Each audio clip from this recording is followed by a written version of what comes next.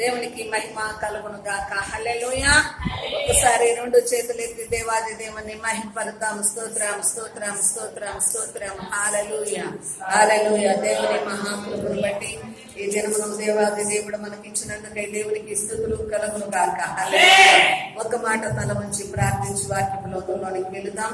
మహిమ కలిగిన తండ్రి స్తోత్రములయ్యా, కృప కలిగిన దేవానికి స్తోత్రం. Thank you father, thank you father.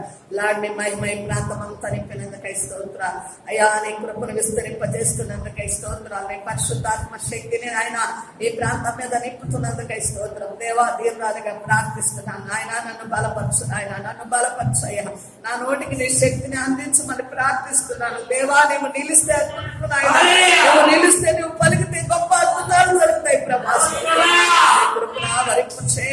నన్ను నేను తగ్గించుకుంటున్నాను ప్రభా.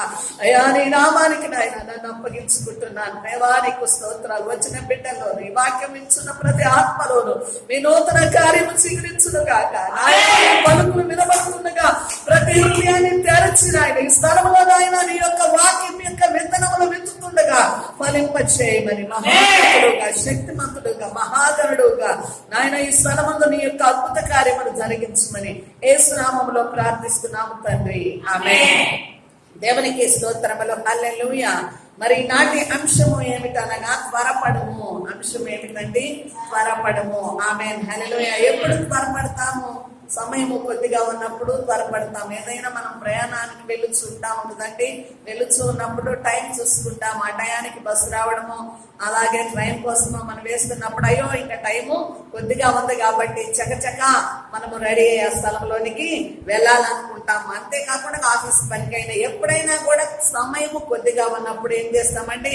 త్వరపడము ప్రారంభిస్తాము. ఈ దినాలలో కూడా మనం గమనిస్తే సమయం ఎలా ఉందండి? ఇప్పుడు అంత్య దినాలలో ఉన్నాం. నువ్వు అంగీకరించినా అంగీకరించకపోయినా, అవునన్నా కాదన్నా, ఇప్పుడు మాత్రము జరిగే సంభవాలను బట్టి ఇంకా దేవుని యొక్క రాకడ ఎలా ఉన్నది? సమీపంలో ఉన్నది. కాబట్టి ఇప్పుడు ఎలా ఉండాలా? ఆలస్యముగా, ఇంకా నిద్ర మత్తులోను, ఇంకా జోగుతును, ఇంకా సమయం ఉందని అనుకోవడానికి వీలు లేదు. ప్రతి విషయంలో కూడా దేవుని సంబంధమైన ప్రతి విషయంలో కూడా త్వరపడాలన్నటువంటి మాటలు మనం ఇప్పుడు చూస్తూ ఉన్నాం. గమనించినట్లయితే ఒకసారి ప్రసంగి గ్రంథం తీద్దామండి. ప్రసంగి గ్రంథము 11వ వచనము, 11వ అధ్యాయము 1వ వచనం చూద్దామండి. 11వ అధ్యాయము 1వ వచనము. నీ ఆహారమును నీళ్ళ మీద వేయము, చాలా దినములైన తర్వాత అది నీకు కనబడును. 7 పురికిని 8 పురికిని భాగము పంచిపెట్టుము. భూమి మీద ఏమి కీడు సంభవించునో మీ వెరుగవు. దేవునికి స్తోత్రములు కలుగును గాక. హల్లెలూయా. గత వారంలో ఏం వాక్యం ధ్యానం చేశామండి? గిన్నెడు చన్న నీళ్లు యొక్క ఫలమును మనము గమనించాం. దేవునికి స్తోత్రాలు.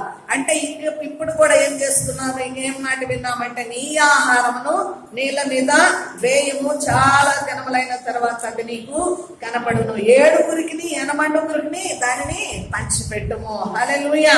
ఆ భాగమును పంచిపెట్టుము. రేపేమి సంభవించునో, భూమి మీద ఏమి కీడు జరుగునో నీ వెరుగు. దేవునికి స్తుతులు కలుగును గాక. హల్లెలూయా. అంటే పంచిపెట్టటము అన్నది అది ఒక సహాయమైనా కావచ్చు.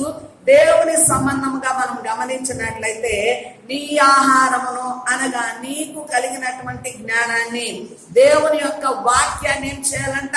పంచిపెట్టాలా. దేవునికి స్తోత్రాలు. అది 7 మందికి కానీ 8 మందికి కానీ నువ్వు పంచిపెట్టినప్పుడు, ఆహారాన్ని నీళ్ళ మీద వేసినప్పుడు మరలా తిరిగి ఎప్పుడొకప్పుడు అది కనపడును. దేవునికి స్తోత్రాలు. చూడండి, విత్తిన విత్తనము ఒకవేళ 10 సంవత్సరాల క్రిందట నువ్వు ఒక వ్యక్తికి వాక్యాన్ని ప్రకటించుంటావు. అయితే ఆ వ్యక్తిలో అప్పుడు ఆ కార్యము జరగదు. కానీ 10 సంవత్సరాల తర్వాత ఒకవేళ దేవుని కార్యం ఆ బిడ్డలో జరగగా వచ్చి ఏమని చెప్తాడమ్మా? 10 సంవత్సరాల క్రితం, అయ్యా 10 సంవత్సరాల క్రితం ఓ బోధకుడా, ఓ సేవకుడా, నువ్వు ఇచ్చినటువంటి ఆ మాటలు నాలో ఫలించున్నాయి, నేను మారు మనస్సు పొంది ఉన్నానని 10 సంవత్సరాల తర్వాత అయినా మనకు కనపడి ఏం చెప్తారండి? ఆ వాక్యం యొక్క ఫలాన్ని అనుభవించి చెప్పే వీలును మనం చూస్తున్నాం. దేవునికి స్తోత్రాలు. అంటే ఆహారమును నీటి మీద వేస్తే మళ్ళా ఎలా కనపడతాయి? నీటిలో కొట్టుకొని పోయే అనుభవం ఉంటుంది. అంటే వాక్యాన్ని పంచిపెట్టినప్పుడు దాని ఫలాన్ని ఏదో ఒక దినాన మరలా నీవు చూస్తూ ఉన్నావు అన్న గమనికను మనము గమనించుకోవాలి. దేవునికి స్తోత్రాలు కలుగును గాక. అంటే ఇప్పుడు మనం ఏం చేయాలంటే త్వరపడాలి. ఏ విషయంలో త్వరపడాలనగా వాక్యపు వేగాన్ని మనము పెంచాలా. సువార్తను ప్రకటించటంలో వేగము కలిగి ఉండాలా. హల్లెలూయా, దేవునికి స్తుతులు కలుగును గాక. కాబట్టి సువార్త విషయమై ప్రభువు వారు కూడా ఆయనకి ఇచ్చిన సమయం ఎంతకాలం అండి? ఆయన బాప్తిసం తీసుకున్న తర్వాతనే ఆయన వాక్యాన్ని ప్రకటిస్తూ ఉన్నాడు, బోధిస్తూ ఉన్నాడు. అలాంటి సందర్భంలో యేసయ్యకి ఎంతకాలము ఉన్నదనగా 3.5 సంవత్సరాలు మాత్రమే ఆయన భూమి మీద సేవ జరిగించాడు. అయితే ఆ భూమి మీద ఆయన సేవ జరిగించిన 3.5 సంవత్సరాలలో ఎంత గొప్ప సేవ, ఎంత గొప్ప సువార్తను ప్రకటించాడు. దేవునికి స్తుతులు కలుగును గాక. హల్లెలూయా. సమయం కొంచెమైనా సరే ఆ కొంచెం సమయంలో వేగమైన పరిచర్య మనము చేయాలా. సువార్త వేగాన్ని పెంచుకోవాలా, ఆత్మల సంపాదనలో వేగాన్ని పెంచుకోవాలా. అందుకే త్వరపడమని దేవుడు మనము ఈ వాక్యం ద్వారా హెచ్చరిక తెచ్చుకుంటున్నాము. దేవునికి స్తుతులు కలుగును గాక. యేసయ్య వారి పరిచర్యలో కూడా ఆయన ఎలాగ చేస్తున్నాడు? వ్యక్తిగతంగా, అంటే ఒక్కొక్కరికి సేవ జరిగించాడు. ఆమేన్, హల్లెలూయా. గమనించినట్లయితే సమర స్త్రీ యొక్క విషయంలో గమనిస్తే యాకోబు బావి దగ్గర ఆ ఒక్క దానితోనే యేసయ్యకి కొంత సమయాన్ని కేటాయించాడు. ఆ ఒక్క ఆత్మ కోసమే ఆయన భారము కలిగి ఉన్నాడు. ఎందుకనగా శిష్యులు వచ్చి, అయ్యా నీకు ఆకలి అవ్వలేదా? నీకు ఆహారం కోసం మేము వెళ్ళాము, సిద్ధపరిచి తెచ్చాము, భుజించన్నప్పుడు నేను దేవుని చిత్తము నెరవేర్చడానికే ఈ లోకంలోనికి వచ్చిన్నాను. నేను ఆకలి కొన్నానని ఎవరు చెప్పి ఉన్నారు? నా ఆకలి, నా తప్పికంతా కూడా ఏ విషయమని? ఆత్మలను సంపాదించిన కొరకు. ఆమేన్, హల్లెలూయా. అక్కడ ప్రభు వారి ఉద్దేశం ఏమిటనగా, చూడండి, 1000 మందికి బోధించడానికి యాకోబు బావి దగ్గర కూర్చోలేదు యేసయ్య వారు. ఎవరికండి? వ్యక్తిగతంగా ఒక్క వ్యక్తి కోసము, సమరయ స్త్రీ కోసము ఆ ఎండ వేళలో ఆ బావి దగ్గర కూర్చొని ఆయన సమృద్ధి అయిన జీవజలమును ఊటాన్ని మరి ప్రకటించడానికి అక్కడ ఒక్క ఆత్మ కోసం ఆయన సమయాన్ని హెచ్చించాడు. దేవునికి మహిమ కలుగును గాక. మనం అనుకుంటాము కదా, సేవ అంటే 1000 మందికి ప్రకటించాలా, 1000 మంది మహాసభల్లో ప్రకటించేది అది సేవ అంటే అలాంటిది. అలాంటి సేవ శబాసైన సేవ అన్ని ఆత్మలను రక్షించడం అంటాము. 1000 సభలో కూడా వచ్చిన వారందరూ వింటారా? వచ్చిన వారందరిలో వాక్యం ఫలిస్తున్నా? వచ్చిన వారందరికీ నువ్వు ప్రకటించడానికి పని చేయదు. కానీ అందులో ఏ ఒక్కరో, హల్లెలూయా, 1000 మందిలో కూడా 10 మందో లేకపోతే ఒక్కరికైనా ఆత్మకార్యము జరుగుతుంది. ఆమేన్, హల్లెలూయా.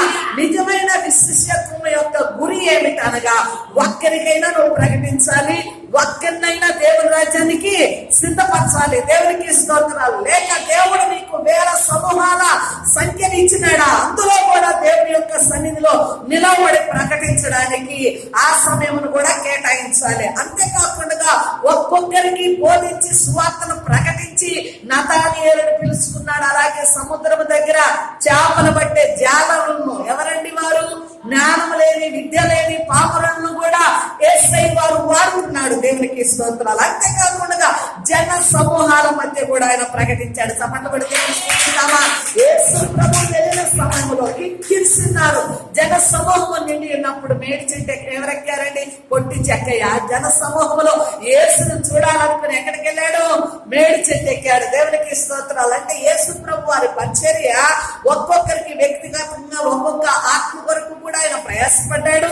అలాగే 1000 సమూహాల మధ్య కూడా ప్రకటించి అప్పటికి దేవుని యొక్క రాజ్యాన్ని ప్రకటించి దేవుని రాజ్యానికి మనుషులను సిద్ధపరిచిన సేవను యేసు ప్రభు వారి సువార్త పరిచర్యలో మనం చూడగలము. ఇప్పుడు త్వరపడాలంటే ప్రతి వ్యక్తి కూడా ఏం చేయాలండి?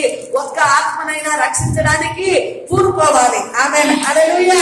నేను 10 మందిని రక్షించడము, 20 మందిని రక్షించడము కాదు. మొదట ప్రారంభంలో ఏది కూడా ఎలాగుంటదండి?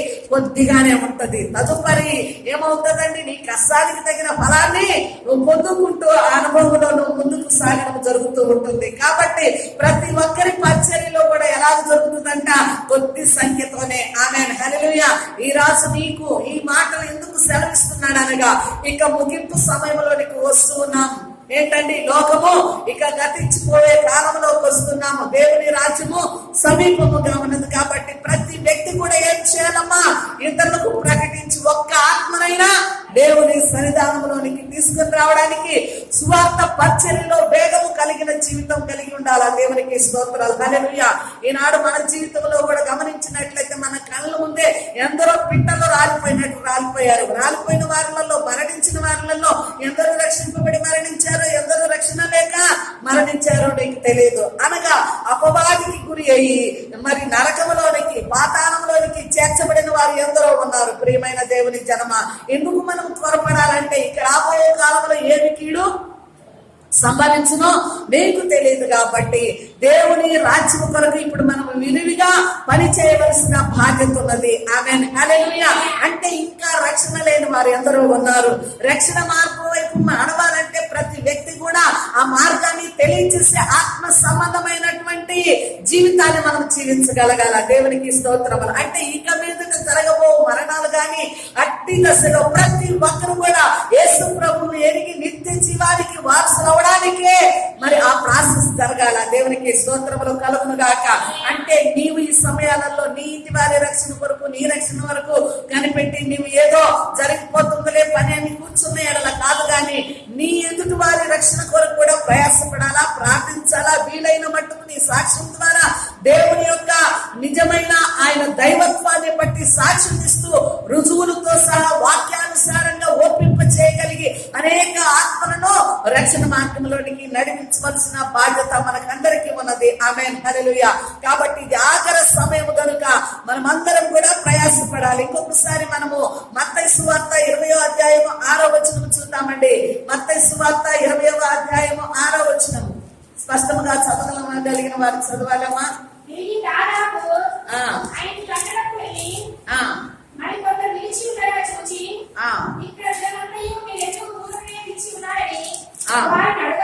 వారిని అడుగగా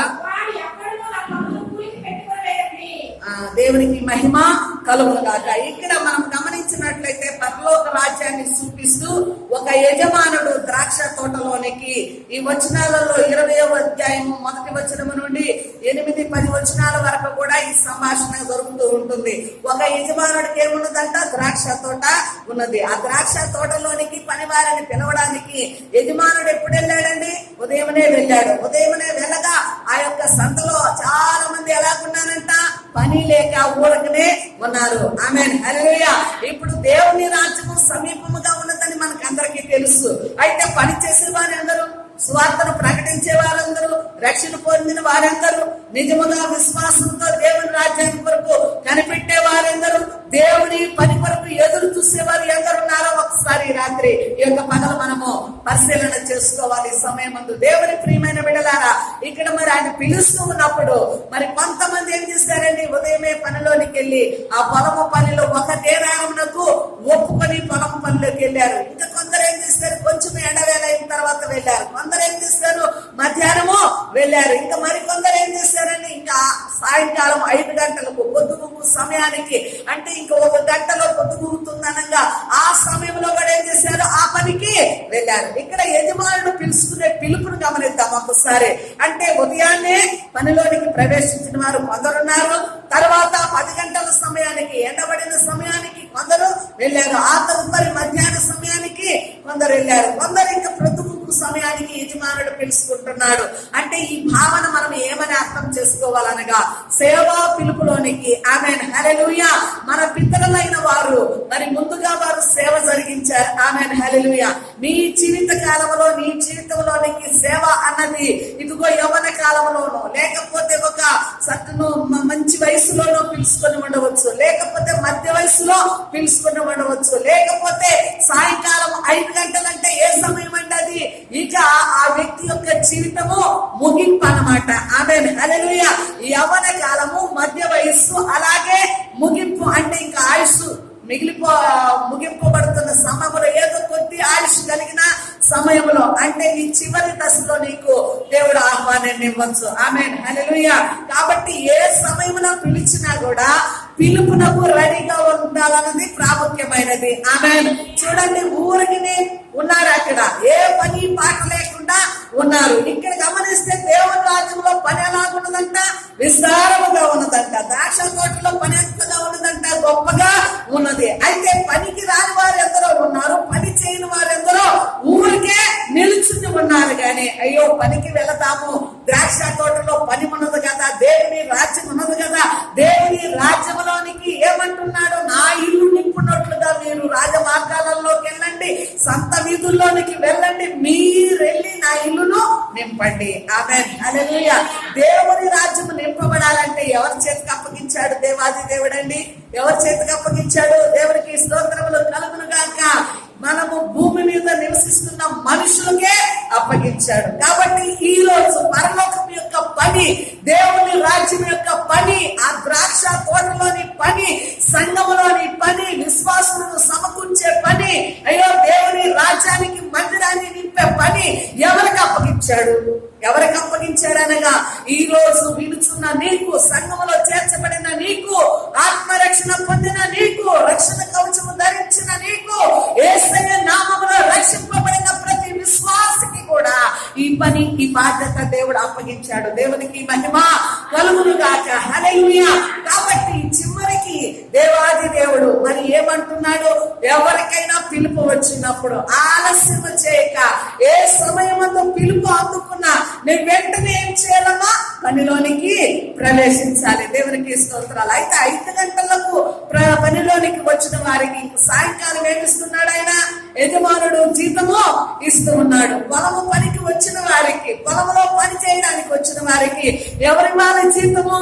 పిలుచుకున్న యజమానుడు జీతం ఇస్తున్నాడు. అప్పుడేం జరుగుతుందో తెలుసా? ఉదయాన్నే వచ్చి పనిచేసిన వాడికి 1 దేనారమే, ఎండవేళకు ఎండబడి వచ్చిన వానికి 1 దేనారమే, మధ్యాహ్నం వచ్చి పని చేస్తున్న వానికి 1 దేనారమే ఇస్తూ ఉన్నాడు.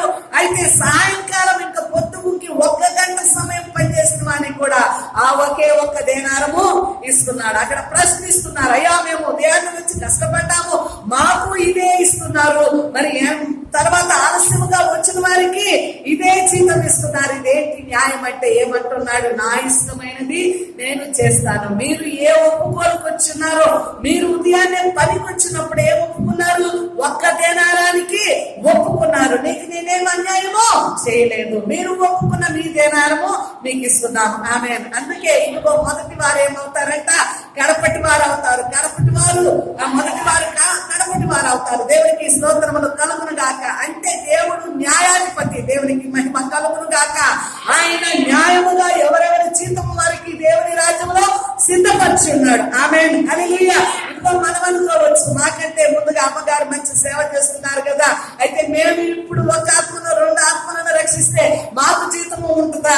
ఆమేన్, హల్లెలూయా. ఇదిగో నాకంటే గొప్ప చేసి సేవ చేసేవారు, నాకంటే ముందుగా సేవా పిలుపులోనికి వచ్చిన వారు, మనకంటే ముందుగా సేవ చేసి మరణించిన పితరులు అందరికీ కూడా ఎక్కడ ఉంటుందండి జీతం? అనగా దేవుని రాజ్యంలో యజమానుడైన యేసయ్య దగ్గర నీకు జీతము దాచిపెట్టి ఉంటాడు. దేవునికి మహిమ కలుగును గాక. గతంలో నేను మరి సేవకు వెళుతూ ఉన్నప్పుడు, ఆ రెంటిన్ హౌస్ లో ఉన్నప్పుడు ఎండవేళ వెళుతూ ఉండేవాళ్ళము, వర్షానికి వెళుతుండే వాళ్ళము, గాలి వీస్తున్నా వెళ్తుండే వాళ్ళము. అక్కడ అడిగేవారు, అమ్మా మరి నీ వర్షం వస్తున్నా మంచి ఎండలో కూడా వెళ్తుంటావు, మీకేమైనా జీతం ఉన్నదా? ఆమేన్, హల్లెలూయా. అంటే చాలా మంది ఉద్దేశం ఏమనుకుంటారంటే వీరికి సేవ చేస్తూ ఉండగా జీతాలు ఇస్తారేమో, ఆమేన్, వీరికి జీతాలు వస్తాయి కాబట్టి వీరు వర్షమైనా వెళ్తున్నారు, గాలైనా వెళ్తున్నారు, మరి ఎండవేళలో కూడా వెళుతున్నారు, అంటే పని చేస్తున్నారంటే వీరికి జీతం ఉన్నది. కాబట్టి నేనేమన్నాను, అమ్మ మా జీతం ఇక్కడ లేదు, భూమి మీద ఎక్కడున్నది? దేవుని రాజ్యంలో, పరలోకములో దేవుని యొక్క మా పనికి జీతము ఉన్నది. జీతం అయితే ఖచ్చితంగా ఉంది. అయితే ఇక్కడ నాకెవరు ఇవ్వరు, కానీ దేవుని రాజ్యంలో నా పనికి నేను ఎంత పని చేశానో అందుకు జీతము దేవుడు సిద్ధపరిచాడు. దేవునికి మహిమ కలుగును గాక. అంటే నీవు ప్రతిఫలము ఆశించి సేవలోకి రావడం కాదు, కానీ ఒక్కటి గుర్తుంచుకోవాలి, దేవుని విషయంలో పని చేసినప్పుడు పనికి ఖచ్చితంగా జీతాన్ని దేవుడు, నీకు ఫలాన్ని దేవుడు సిద్ధపరిచే ఉంటాడు. నిజమైన శిష్యత్వం ఏమిటనగా, ఇదిగో నన్ను వెంబడించమని అనేకలు అన్నప్పుడు ఏమన్నాడు? ఇదిగో నీవు ధనాన్ని విడిచిపెట్టు, నువ్వు అమ్మి నన్ను వెంబడించు, నీకు నిత్య జీవము వస్తుందని. ఒక అతను ఏం చేశాడు? అయ్యా నేను వెంబడిస్తానన్నప్పుడు ఏమంటున్నాడు? నక్కలకు బొరియలు ఉన్నాయి కానీ, ఆకాశ పక్షులకు గూళ్ళున్నాయి కానీ, మనిషి కుమారుడు తలదాచుకోవడానికి నివాసం కూడా లేదన్నప్పుడు ఆ వెంబడిస్తానన్నవాడు వెనక్కి మళ్ళాడు. అంటే ఏమనుకున్నాడు? యేసుతో వెళితే మంచి ఆహారము, మంచి నీడ, మంచి వసతి మర్యాదలు ఉంటాయేమని అనుకున్నాడు. అయితే యేసు ప్రభు వారు వెంటనే అతని మనస్సు గ్రహించుకున్నాడు. ఆమేన్, హల్లెలూయా.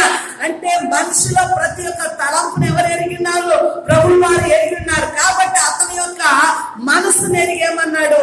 తన యొక్క ఉద్దేశాన్ని చెప్పగానే ఆ మనస్సులో ఉన్న ఆ యొక్క ఆ సంతోషమును ఏం తీశాడు అతను?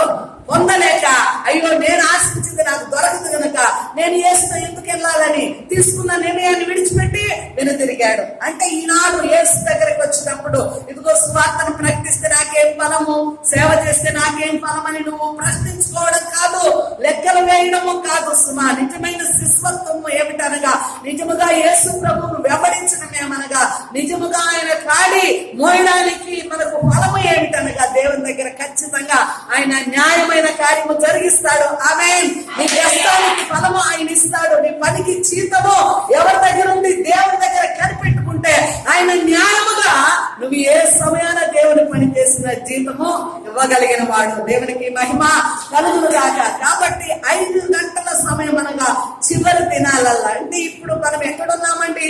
చివరి దినాలలో ఉన్నాము, అంత్య దినాలలో ఉన్నాము, ఆఖరి సమయాలలో ఉన్నాము. ఇప్పుడేం చేయాలా? త్వరపడాలా? దేవాని సన్నిధిలో ప్రార్థిస్తున్నాను, తండ్రి కనికరించుము. దేవా, నేను రక్షణ పొంది ఉన్నాను, నా చుట్టూ ఎందరో ఆయన నశించిపోతున్నారు, ఎందరో ఇప్పటికీ కూడా రక్షణ లేక మరణించారు. ప్రభువా, నీ చిత్తమైతే దాన్ని ఒక సాక్షిగా నన్ను లేవనెత్తు. ఒక సాక్ష్యం ద్వారా కొన్ని ఆత్మలు రక్షింపబడాలా. ప్రభువా, నీ మహిమతో నీవు పరలోకపు శక్తితో, పరలోకపు వరములతో నన్ను నింపి నన్ను వాడుకో. నన్ను ఒక సువార్తికునిగా వాడుకో, నన్ను ఒక మంచి సాక్షిగా వాడుకో, నన్ను ఒక ఇతరుల కొరకు మేలు చేయగలిగిన వ్యక్తిగా వాడుకోమని దేవుని సన్నిధానంలో ఏం చేయాలమ్మా? ప్రార్థన చేయాలా. హల్లెలూయా. అలాంటి మోకరింపు ప్రార్థన, అటువంటి రక్షణ కొరకు, అలాంటి సువార్త కొరకు నువ్వు ప్రార్థన చేస్తే ఆశ కలిగిన ప్రాణాన్ని ఏం చేస్తాడు దేవుడు? తృప్తి పరిచేవాడు. చెప్పండి కూడా దేవుడు. హల్లెలూయా. ఇప్పుడు ఈ సమయంలో నువ్వు నిదానముగా ఉండడానికి కాదు, మౌనముగా ఉండడానికి కాదు, నీ నోరు తెరవాల్సిన అవసరం ఇప్పుడు ఎంతైనా ఉన్నది. హల్లెలూయా. నీ నోరు తెరువు, నేను నీ నోటిని నింపుతానని దేవుని వాగ్దానము విశ్వాసుల పక్షాన ఉన్నది. హల్లెలూయా. అంటే నువ్వు నోరు తెరవాలి. దేవునికి స్తోత్రాలు. అయ్యా, నేను ప్రకటించకూడుకుంటున్నాను. హల్లెలూయా. నేను ప్రార్థించకూడుకుంటున్నాను. ఇదిగో నా సాక్ష్యాన్ని అనేక స్థలాలలో నేను పంచదలుచుకున్నాను. దేవునికి మహిమ కలుగును గాక. ఆవులయ్య గారి సాక్ష్యం కూడా మనం ఇక్కడ విన్నాం. నేను ఆ సాక్ష్యాన్ని చెప్పాలని ఆ యొక్క వ్యక్తి కూడా నాకు గుర్తు రాలేదు. అయితే సాక్ష్యం అన్నప్పుడు ఇప్పుడు అయ్యగారు నాకు గుర్తొచ్చారు. ఇంకా ఈ మధ్య కాలంలోనే మరణించాడు. అయితే దేవుని కృప వలన ఆపరేషన్ కి, గుండె ఆపరేషన్ కి వెళ్లాల్సిన వ్యక్తిని గతంలో మరి ఒక 5-6 సంవత్సరాల క్రిందట పునరుద్ధరణ దినమున ఆయనకు ఆపరేషన్ జరిగింది. కల్లో ఆయన స్వస్థత పొందుకున్నాడు.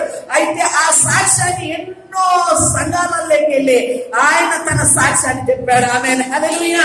మరి ఎప్పుడైతే నూతన జీవము, ఎప్పుడైతే మరలా మరి ఆ మార్గము కూడా, దేవుని మార్గము కూడా సాక్ష్యాన్ని తెలుసుకున్నాడు, స్వస్థత పొందుకున్నాడు, ఆనాడు ఆయన ఒక టార్గెట్ వేసుకున్నాడు. ఏంటి?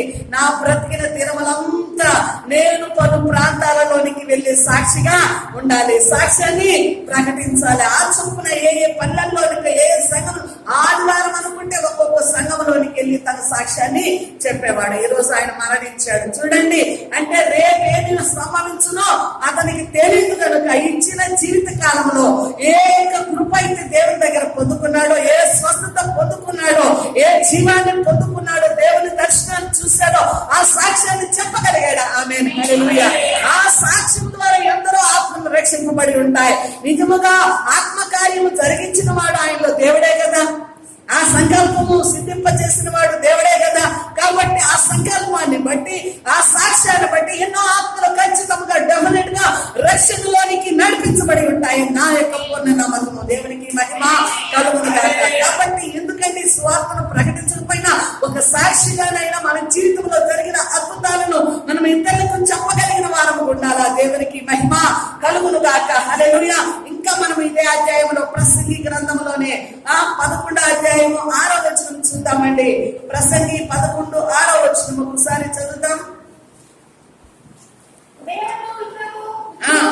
ఉదయమున విత్తుము, అస్తమయమందును నీ చేయి వెనుక తీయక విత్తుము, అది ఫలించును, ఇది ఫలించును, లేక రెండును సరి సమానముగా ఎదుగును నీ వెనుకవు. దేవునికి స్తోత్రము కలుగును గాక. చూడండి, ఇక్కడ ఒక శ్రేష్టమైన మాటను తెలియజేస్తున్నాడు దేవాది దేవుడు. ఉదయమందు విత్తనమును విత్తుము, అస్తమయమందును నీ చేయి వెనుక తీయక విత్తుము, అది ఫలించును ఇది ఫలించును, లేక రెండును సరి సమానముగా ఎందుకునో నీవెరుగుదువు. ఆమేన్. పొలంలోనికి వెళ్ళిన వారు కేవలం ఉదయం విత్తే వస్తారండి. వారు పనిలోనికి దిగినప్పుడు విత్తనము విత్తుతూ ఉన్నప్పుడు ఇక సాయంకాలము పొద్దు ఇంకేంత వరకు కూడా, అంటే ఉదయము విత్తుతూ ఉంటారు, అస్తమయమందు కూడా విత్తుతూ ఉంటారు. అంటే విత్తే సమయాన్ని మనము ఏ సమయాన్ని కూడా వ్యర్థము చేయకూడదు. అంటే సువార్తికుని యొక్క లక్షణం ఎలా ఉండాలా? సువార్తను ప్రకటిస్తూనే ఉండాలి. హల్లెలూయా. సువార్తను ప్రకటిస్తూనే ఉండాలి. ఇప్పుడు మనము ముగింపు దశలోకి వచ్చున్నాం, అంటే ఆఖరి దినాలలోకి వచ్చున్నాము. ఇప్పుడు కూడా మనం ఏం చేయాలమ్మా? అస్తమయమందు కూడా, చివరి దినాలందు కూడా మన యొక్క టార్గెట్ ఏమిటనగా సువార్తను ప్రకటిస్తూనే ఉండాలి. హల్లెలూయా. విత్తనము విత్తినప్పుడు ఉదయమందు విత్తిన విత్తనము, అలాగే అస్తమయమందు విత్తిన విత్తనము, ఈ రెండు కూడా ఏది ముందుగా ఫలించునో లేకపోతే రెండుగా ఫలించి ఒకటేగా ఎందుకునో నీవు ఎరగవు. ఆమేన్. హల్లెలూయా. విత్తే వారిలో ఏముండాలండి? ఖచ్చితంగా ఈ విత్తనం విత్తుతున్నాను, అది ఫలిస్తుంది, అది మొలక వస్తుంది, అది ఎదుగుతుందన్న ఆత్మవిశ్వాసంతో విత్తాలి. ఆమేన్. హల్లెలూయా. సందేహముగా విత్తకూడదు. ఆమేన్. విత్తే వారి లక్షణం ఏమిటనగా ఎడతెగక విత్తాలి. హల్లెలూయా. ఉదయమందు విత్తాలి, అస్తమయమందును వాక్యాన్ని ప్రకటించాలా. అంటే దానిని ఫలింపజేసేవాడెవరు?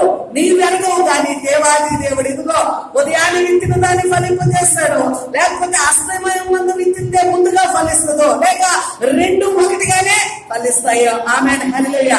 విత్తిన వారు చూస్తే మరలా కొన్ని దినముల తర్వాత వారు వెళ్ళి పొలంలోకి చూసినప్పుడు ఏం చేస్తారంటే అన్ని మొలకలు వచ్చేస్తుంటాయి. ఆమేన్. హల్లెలూయా. అన్ని కూడా ఒకే రీతిగా పెరుగుతూ ఉంటాయి. ఒక్క దినములో విత్తిన విత్తనము ఒకే దినాన అన్ని ఒకే రీతిగా పెరుగుతూ ఉంటాయి. ఆమేన్. హల్లెలూయా. అంటే ఇప్పుడు మనము సువార్తను ప్రకటించుకునే ఎలాగుండాలా? ఫలితమును మనము పొందుకున్నామన్న ఆత్మవిశ్వాసంతో సువార్తను ప్రకటించాలా. హల్లెలూయా. విత్తనము అనగా దేవుని వాక్యము, విత్తనము అనగా దేవుని వాక్యము, దేవుని వాక్యాన్ని విత్తటము అనగా ప్రకటించడము, ప్రకటించడము నీ వంతు, ఫలింపజేయడం ఎవరిది? దేవుని యొక్క భాగము. ఆమేన్. హల్లెలూయా. కాబట్టి విత్తేవాడు నమ్మకముతో విశ్వాసముతో ఖచ్చితంగా నా దేవుడు ఈ వాక్యము వీరి హృదయాలలో ఫలింపజేస్తాడు, వీరికి మారు మనసు కలుగుతుంది. హల్లెలూయా.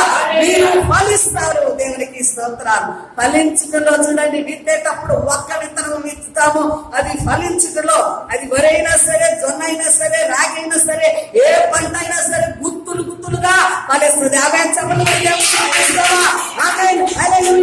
దేవుని రాజ్యం యొక్క విస్తరణ గమనిస్తే ఒక్క ఆత్మను నువ్వు రక్షిస్తే చాలండి, ఆ ఒక్క ఆత్మ ఎన్నో ఆత్మలను ఫలింప చేస్తుంది. ఆమేన్. అంద్రేయ గారు ఉన్నారు, పేతురును తన సహోదరుని యేసు ప్రభువులకు పరిచయం చేస్తాడు. అయితే పరిచయం చేశాడు. అయితే మరి పేతురు ఎన్ని ఆత్మలను రక్షించాడండి?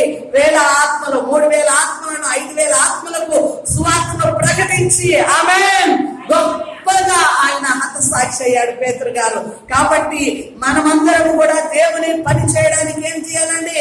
ముందుకు నడవాలి. దేవునికి స్తోత్రాలు. కాబట్టి ఈ ఆహారాన్ని 7గురికైనా పంచిపెట్టు, 8 పంచిపెట్టు. ఆ పంచిపెట్టే సమయంలో ఉదయమైన విత్తుము, అస్తమయమైన విత్తుము. అంటే ఖాళీ లేకుండా నువ్వు పని చేయాలా. దేవునికి మహిమ కలుగును గాక. దేవుని పనిని నిర్లక్ష్యము చేయకూడదు, అలక్ష్యము చేయకూడదు. అంటే రేపేమి సంభవించునో తెలియదు. ఇప్పుడు నాకెంత కాలము దేవుడు ఆయుష్స్తాడో తెలియదు, ఎంతకాలము ప్రకటించడానికి ఎన్ని ఆత్మలను నాకు అప్పగించాడో నాకు తెలియదు. ఆమేన్. అయితే నేను చేయవలసిన పని ఒకటి ఏంటండి? దేవుడు పని ఇచ్చాడు కాబట్టి ఆ పనిని శ్రద్ధగా చేయాలి, ఆ పనిని బలముతో చేయాలి, ఆ పనిని పూర్ణ విశ్వాసముతో చేయాలి, ఆ పనిలో సువార్తను ప్రకటిస్తూనే ఉండాలి. హల్లెలూయా. నమ్మకమైన సాక్షిగా, మంచి బల నమ్మకమైన దాసులుగా అనిపించుకోవడానికి మనము ప్రయాస పడాలి. ఆమె దేవునికి మహిమ కలుగును గాక. కాబట్టి ఈనాడు గొప్ప ఆహ్వానము దేవుడిస్తున్నాడు. ఒకరికే కాదు, విశ్వసించిన ప్రతి ఆత్మకు కూడా దేవుని యొక్క వాక్యము సిద్ధపరచబడి ఉన్నది. సువార్తను ప్రకటించడానికి ఆ పిలుపు దేవుడిస్తున్నాడు. దేవునికి స్తోత్రాలు, హల్లెలూయా. కాబట్టి రేపేమి సంభవించునో నీకు తెలియదు గనక ఉన్న సమయమునందే ఏ పనినైనా నిర్లక్ష్యం చేయగానే దేవుని పనిని మాత్రము అలక్ష్యము చేయకూడదు. ఆమేన్, హల్లెలూయా. కాబట్టి దేవునికి స్తోత్రములు కలుగును గాక. మరి ఇంకొక మాట మనం జ్ఞాపకానికి తెచ్చుకుందాం. కొరింథీయులకు రాసిన 2వ పత్రిక 6వ అధ్యాయము 2వ వచనంలో చూసినట్లయితే, ఇదిగో ఇప్పుడే అనుకూల సమయము, ఈనాడే రక్షణ దినము. ఆమేన్, హల్లెలూయా. దేవుడు ఏమంటున్నాడు? ఇప్పుడే అనుకూల సమయము. దేవునికి స్తుతులు కలుగును గాక. మనం అనుకుంటాము ఈ సమయంలో వెళ్ళి ఎవరికి సువార్తను ప్రకటించాలి, లాక్డౌన్ కదా, ఇదిగో ఈ సమయంలో మనము ప్రకటించడానికి వీలు లేనప్పుడు మనమేం పని చేయాలి? దేవునికి స్తోత్రములు. నేను నిజముగా అసలు ఊహించలేదు యూట్యూబ్ పరిచర్య దేవుడు నాకు ఇస్తాడని నేను ఊహించలేదు. గత సంవత్సరం లాక్డౌన్ లోనే ఈ పరిచర్య ప్రారంభించబడింది. ఆమేన్, హల్లెలూయా. అయితే ఆ లాక్డౌన్ ముగించబడి మరలా మందిరాలు స్టార్ట్ అయినా కూడా దేవుని చిత్తములకు నేను లోపడుతూ ఉన్నాను. ఆమేన్, హల్లెలూయా. నేను ఒక నిర్ణయం దేవుని తీసుకున్నాను. నా ఆఖరి ఊపిరి వరకు కూడా మరి ఈ పరిచర్య స్టార్ట్ అవుతూనే ఉండాలి. హల్లెలూయా. ఈ వాక్యము ప్రకటిస్తూనే ఉండాలి. ఇదిగో హల్లెలూయా, ఆగిపోకూడదు ఈ పని. ఎందరికి దేవుడు నిర్ణయించాడో, ఎన్ని ఆత్మలను ఫలింపజేస్తాడో అది దైవ కార్యము. ఆమేన్, హల్లెలూయా. అంటే దేవుని యొక్క నామములో మనము ఏ పని ప్రారంభించిన వారము అది కొనసాగించనే ఉండాలి. దానికి ముగింపు నీ ప్రాణము ఆగిపోవటమే కానీ నీ నిర్ణయం కాదు. ఆమేన్, హల్లెలూయా. చెప్పండి, కూడా దేవుని స్తుతిస్తావా? అర్థమైందా? ఇప్పుడు తీసుకున్న నిర్ణయం విశ్వాస జీవితమైన కాడ అది కొనసాగించనే పడాలి. ఎప్పటి వరకు? నీ ఆఖరి శ్వాస వరకు కూడా విశ్వాసంలో నిలబడాలి. హల్లెలూయా. తీసుకున్న నిర్ణయంలో ఒకవేళ సేవకుడు అయినా ప్రకటించుకొని నీ ఆఖరి మాట వరకు ప్రకటించాలి. దేవునికి మహిమ కలుగును గాక. హల్లెలూయా. యేసన్న గారు కూడా తన యొక్క ఆఖరి దినాలలో కూడా మరి చివరిగా కూడా సెమినార్ క్లాస్ కెళ్ళి ఆయన 1 గంట సువార్తను ప్రకటించాడు. దేవునికి మహిమ కలుగును గాక. ఎందుకు ఆశ, ఎందుకు కోరిక, ఎందుకు తృష్ణ? ఆయన ఆజ్ఞాపిస్తే వేల మంది సేవకులు ఆయన దగ్గర ఉన్నారు, శిష్యులు ఉన్నారు, సెమినరీ క్లాసు జరపగలిగిన వారు ఉన్నారు. ఎందుకండి? దేవుని యొక్క మహాకృపను బట్టి ఆయన అదృష్ట ఆశ ఏంటి?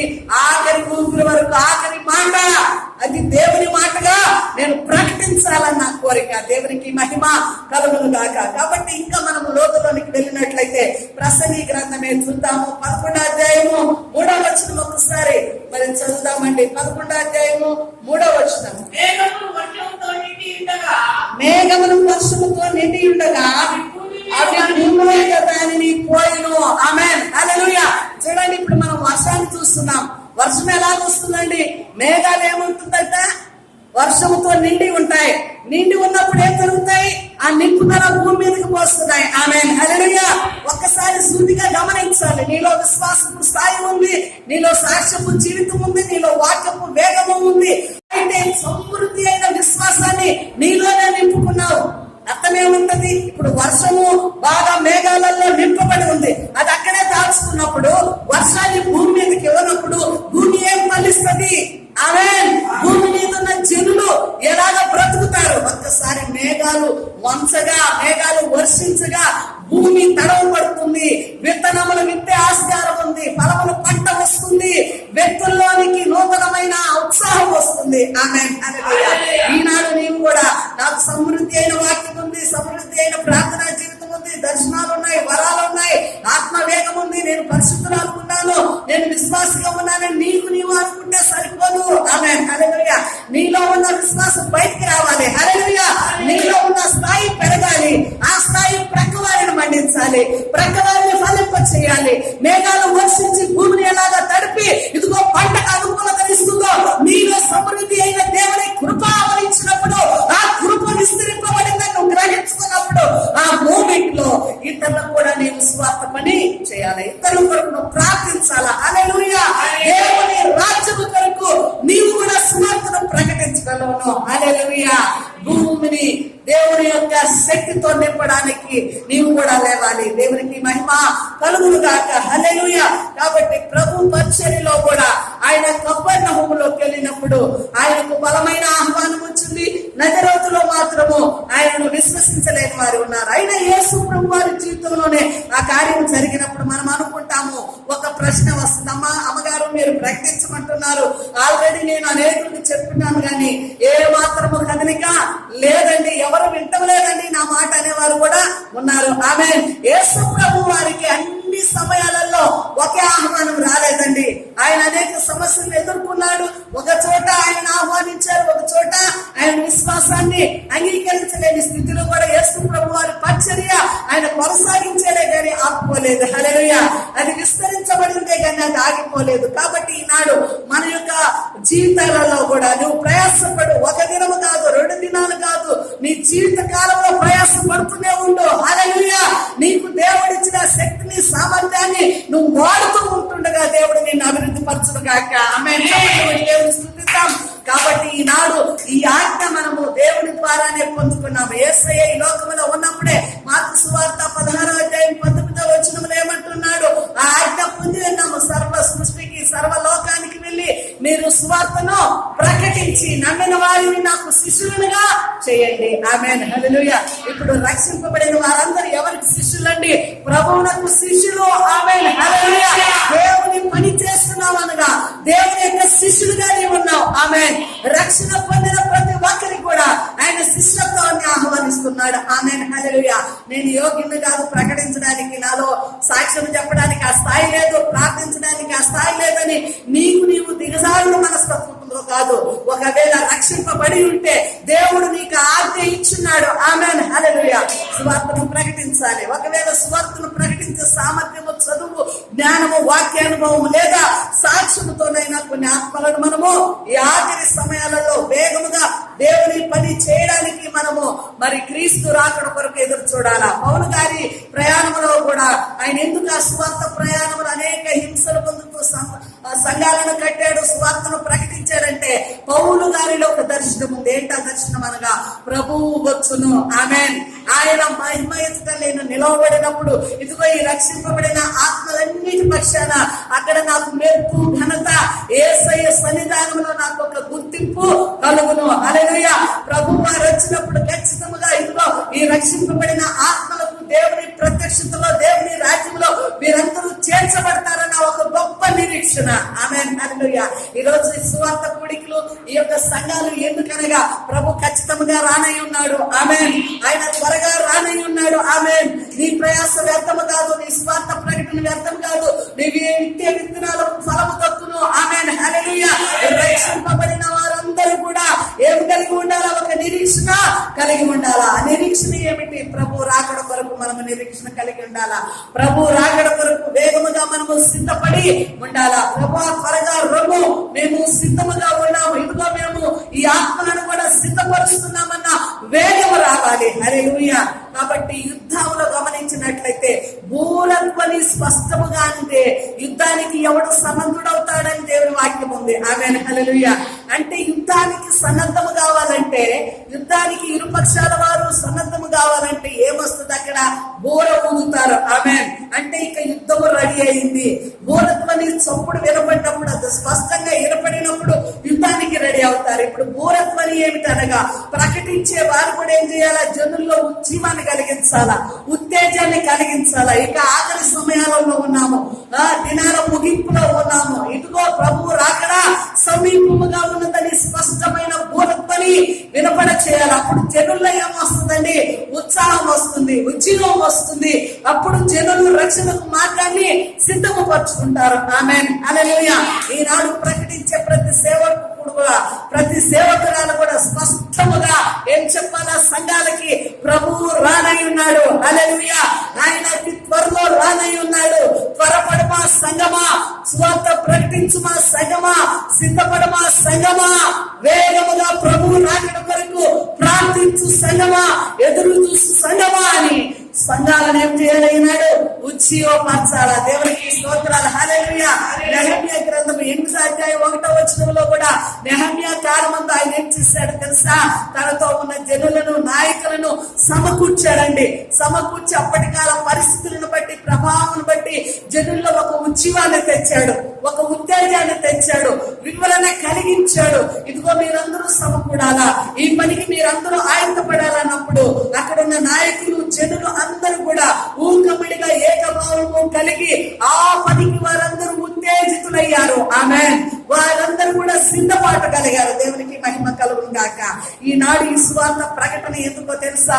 నువ్వు ఇక్కడ ఇది ఆహా ఓహో నా హృదయం గుంతబడింది, నాతో దేవుడు మాట్లాడాడు, నిజముగా ఇలాంటి సమయంలో ఉన్నాము కదా, ఇప్పుడు అంతం కాలంలో ఉన్నాము కదా, ప్రభు రాకడ సమయంలో ఉన్నాము కదా, ఇది నా భాగమే నా వంతే అని ఇక్కడ గుంతబడిన ఆవేశంతోనే కాదు, బయటికి వెళ్ళినా ఇక ముందు నీ బ్రతుకు కాలంలో కూడా ఈ యొక్క మాటలు నీలో ఏం కావాలా? గొప్ప ఉత్తేజము రావాలా. హల్లెలూయా. గొప్ప మార్పు రావాలా, గొప్ప సంకల్పం అన్నది ఇప్పుడు జరిగిపోవాలని హృదయంలో దేవునికి మహిమ కలుగును గాక. సవాలు గొప్పదై ఉన్నప్పుడు సమర్పణ కూడా ఏముంటుందంట? లోతుగా ఉంటుంది. ఆమేన్. హల్లెలూయా. సవాలు గొప్పదైనప్పుడు సమర్పణ లోతైనదిగా ఉంటుంది. దేవునికి స్తోత్రాలు. ఈనాడు దేవుడు నీకు ఒక సవాలుగా ఆమేన్ త్వరపడిన సవాలును ఈ వాక్యం ద్వారానే విన్నావు. ఆమేన్. హల్లెలూయా. అయితే సమర్పణ ఎలాగ రావాలా? లోతైనదిగా రావాలి. ఆమేన్. లోతైన సమర్పణతో ఈ గవిని నువ్వు దాటితే ఆమేన్ బయటకు వెళ్ళగా ఆ యొక్క శక్తి, ఆ యొక్క ఉరుమడి, ఆ యొక్క ఆత్మవేగమే ఒక్క ఆత్మనైనా రక్షించడానికి నిన్ను లేపును గాక. హల్లెలూయా. హల్లెలూయా. అనేక ఆత్మలను ప్రకటించే దానిగా నా వెంటే గొప్ప సేవ చేసే బిడ్డలుగా దేవుడు మిమ్మల్ని దీవించును గాక. హల్లెలూయా. కాబట్టి దేవుని ప్రియ సంగమా, ఈనాటి దినాలలో త్వరపడము. హల్లెలూయా. దేవుని రాజ్యం కొరకు మనము త్వరపడాలా. ఆమేన్. సువార్తను ప్రకటించటంలో వేగము సంపాదించుకోవాలా. రక్షణ పొందడానికి కూడా వేగము రావాలి. హల్లెలూయా. రక్షణ మార్గములో సంసిద్ధత, ఓ సిద్ధపాటు, లోతైన అనుభవంలోనికి వెళ్ళడానికి ఇంకా కూర్చుండడం కాదు, ఇంకా నిద్రించడం కాదు, ఇంకా చాలు చేయడం కాదు, ఇప్పుడు త్వరపడాల్సిన సమయము వచ్చినది. ఆమేన్. హల్లెలూయా. త్వరపడము అన్న సవాలును విన్నావు కాబట్టి లోతైనటువంటి ఏంటమ్మా సమర్పణతో నువ్వు బయలుదేరాలా. దేవునికి మహిమ కలుగును గాక. హల్లెలూయా. సువార్తను ప్రకటించడంలో వేగము, ప్రార్థించడంలో వేగము, సమర్పణలో వేగము, లోతైన సాక్ష్యములో వేగమే ఉండాలా. దేవునికి స్తోత్రాలు. ప్రార్థించండి అందరూ. ఇక అంత్య దినాలలో ఉన్నాము. రక్షణ లేని వారందరూ రక్షింపబడాలా. దేవుని రాజ్యం యొక్క విస్తరణ బహు విస్తారముగా జరగాల. గతంలో సంపాదించిన ఆత్మల కంటే ఇప్పుడు పరిచర్య వేగం కావాలి. హల్లెలూయా. పరిచర్య వేగం కావాలంటే సంఘ పక్షాన ప్రార్థించే స్త్రీలు, పురుషులు కావాలండి. ఆమేన్. హల్లెలూయా. ఆ పరిధిలో అతీక్షణమైన వేగముతో నువ్వు మండుతూనే ఉండాలా, మండుతూనే ఉండాలా. నీ ఆత్మ ఆరిపోకూడదు, ఆరిపోకూడదు, ఆరిపోకూడదు. నువ్వు నిద్రిస్తున్నా, నువ్వు పనిచేస్తున్నా, ఈ యొక్క ఆత్మలో మంట రగలాలా, రగలాలా, రగలాలా. హల్లెలూయా. ఆ ఆత్మ మంట ఏం చేయాలంటే గొప్ప పంటను మనం పోయాలి. దేవునికి మహిమ కలుగును గాక. ఇప్పుడు కోత సమీపముగా ఉన్నది. గోధుమలను దేవుడు అప్పగిస్తున్నాడు. హల్లెలూయా. కోతంత విస్తారము. కోయటకు పనివారు కొద్దిమంది ఉన్నారు. ప్రియురాల, దేవుని రాజ్యములోనికి, దేవుని పని చేయడానికి నడుము కట్టు, నడుము కట్టు. ఈ లోకం శాశ్వతము కాదు. ఈ లోకం యొక్క ప్రేమ కూడా శాశ్వతము కాదు. నిలవడమైనది ఏమీ లేదండి. ఆమేన్. హల్లెలూయా. అయితే మెప్పు, ఘనత, నీ జీతం ఎక్కడున్నది? యజమాని పనిలో. హల్లెలూయా. ఆ తోటల సంఘములో దేవుని రాజ్యానికి ఒక చిన్న పని చేసిన జీతము ఎవరి దగ్గర ఉందండి? యజమానుడి దగ్గర ఉన్నది. ఆమేన్. హల్లెలూయా. ఫలమును దేవుడు తప్పకుండా నీ జీవితంలో ఇస్తాడు. దేవునికి స్తోత్రములు కలుగును గాక. ప్రకటించడానికి ఏ మాత్రము సిగ్గుపడకు, అధైర్యపడక. ఇక మీదట ఈ మాటను విన్న ప్రతి ఒక్కరిలో ఏమి రావాలండి? గొప్ప ఉత్తేజం రావాలా, రావాలా. దేవుడు అట్టి దశకు దయచేయను గాక, దయచేయను గాక, సంఘాల మీద దయచేయను గాక. హల్లెలూయా. దేవునికి స్తోత్రములు. తలలు ఉంచుదాం, ప్రార్థన చేసుకుందాం. మహిమ కలిగిన తండ్రి స్తోత్రములయ్యా. అయ్యా, కృప కలిగిన దేవా స్తోత్రములయ్యా.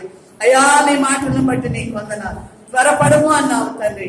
స్వార్థ పనిలో వేగము పుంజుకోవడమని నీ వాక్యము సెలవిస్తున్నది. ఉదయమందు విత్తుము, అస్తమయమందు విత్తుము, ఆ రెంటిలో ఏది ఎదుగునో నీ వెలుగు అన్నా. నాయన, రేపేమి సంభవించునో నీకు తెలియదు కనుక ఈనాడే రక్షణ దినము, ఇప్పుడే అనుకూల సమయం అని గొప్ప హెచ్చరిక మా జీవితాలలో ఇచ్చిన దేవా నీకు స్తోత్రాలు. విన్న వాక్యాన్ని విడిచిపెట్టక నాయన, ప్రతి ఆత్మ ఇప్పుడు ఉద్యోగం పొందాలి నాయన. ప్రతి ఆత్మలో మంట మండాల ప్రభువా, ప్రతి హృదయం రగిలించబడాలి ప్రభువా. వేగంగా కూర్చునేవారయ్యా, సాక్షులుగా ఉండాలయ్యా, సువార్తికులుగా లేవాలి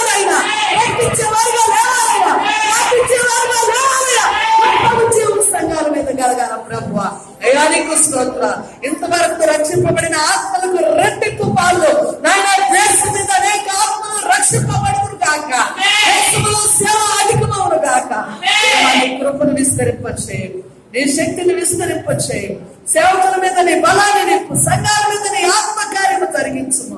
సమృద్ధి అయిన నాయన సువార్త ప్రకటన జరుగుటకు నీ వీలు వారును కలుగు చేయమని నాయన దీంట్లోనైనా నా ప్రార్థన ఆలకించినందుకు, ఈ మాటలు నేను దీవించినందుకు నీకే మహిమ చెల్లిస్తూ యేసు నామములో ప్రార్థిస్తున్నాము తండ్రి. ఆమేన్.